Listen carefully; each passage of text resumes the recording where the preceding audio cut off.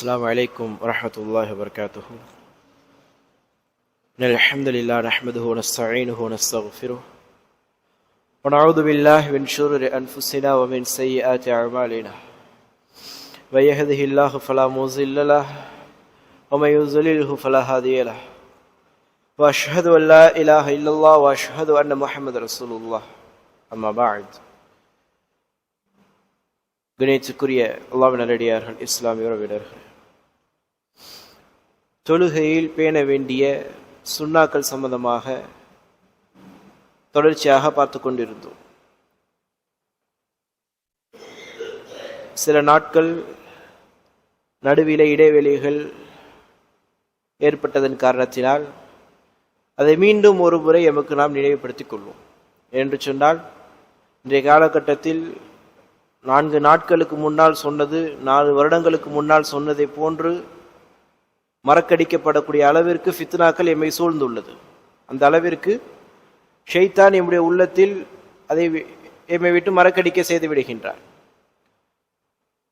தொழுகையினுடைய சுன்னாக்கள் மொத்தம் எத்தனை சுன்னாக்கள்? சொல் ரீதியாக 11, செயல் ரீதியாக 14 சுன்னாக்களும் என்பதாக நாம் பார்த்தோம். மொத்தம் 25 சுன்னாக்கள். அந்த 25 சுன்னாக்களில் சொல் ரீதியான சுன்னாக்கள் மொத்தம் 11 சுன்னாக்கள். அந்த 11 சுன்னாக்களில் முதல் சுன்னா என்ன சொன்னா? அத்வாஉல் இஸ்திஃப்தாஹ், தக்பீர் கட்டியவுடன் ஓத வேண்டிய துஆவை ஓதுவது முதல் சுன்னா. சொல் ரீதியான சுன்னாக்களில் முதல் சுன்னா. இரண்டாவது சுன்னா என்ன சொன்னா?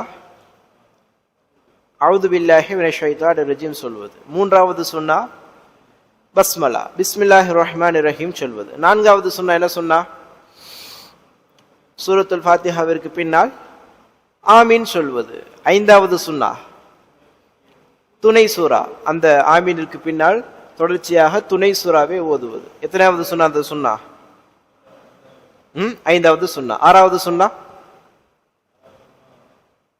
அந்த துணை சூறாவை பகிரங்கமாக ஓத வேண்டிய தொழுகைகள், அதாவது உதாரணத்திற்கு ஃபஜர், மக்ரிப், இஷாவை போன்று இதை போன்ற தொழுகையில் அந்த சூறாக்களை பகிரங்கமாக ஓதுவதும், லுஹர், அசர் போன்ற தொழுகைகளில் மறைமுகமாக ஓதுவதும் 6வது சுன்னா. 7வது சுன்னா என்ன சொன்னா? ருக்குவிலே ஓத வேண்டிய ஜிக்ர்கள். ருக்குவிலே ஓத வேண்டிய ஜிக்ரை ஒரு முறைக்கு மேல் அதிகப்படுத்தி ஓதுவது எத்தனாவது சுன்னா? 7வது சுன்னா. 8வது சுன்னா ருக்குவிலிருந்து எழுந்திருத்ததற்கு பின்னால் ஓத வேண்டிய ஜிக்ர். அந்த ஜிக்ரை ஓதுவது 8வது சுன்னா. 9வது சுன்னா சஜிதாவிலே ஓத வேண்டிய ஜிக்ரை ஒரு முறைக்கு மேல் அதிகப்படுத்துவது எத்தனாவது சுன்னா? 8வதா 9வதா 7வதா 9.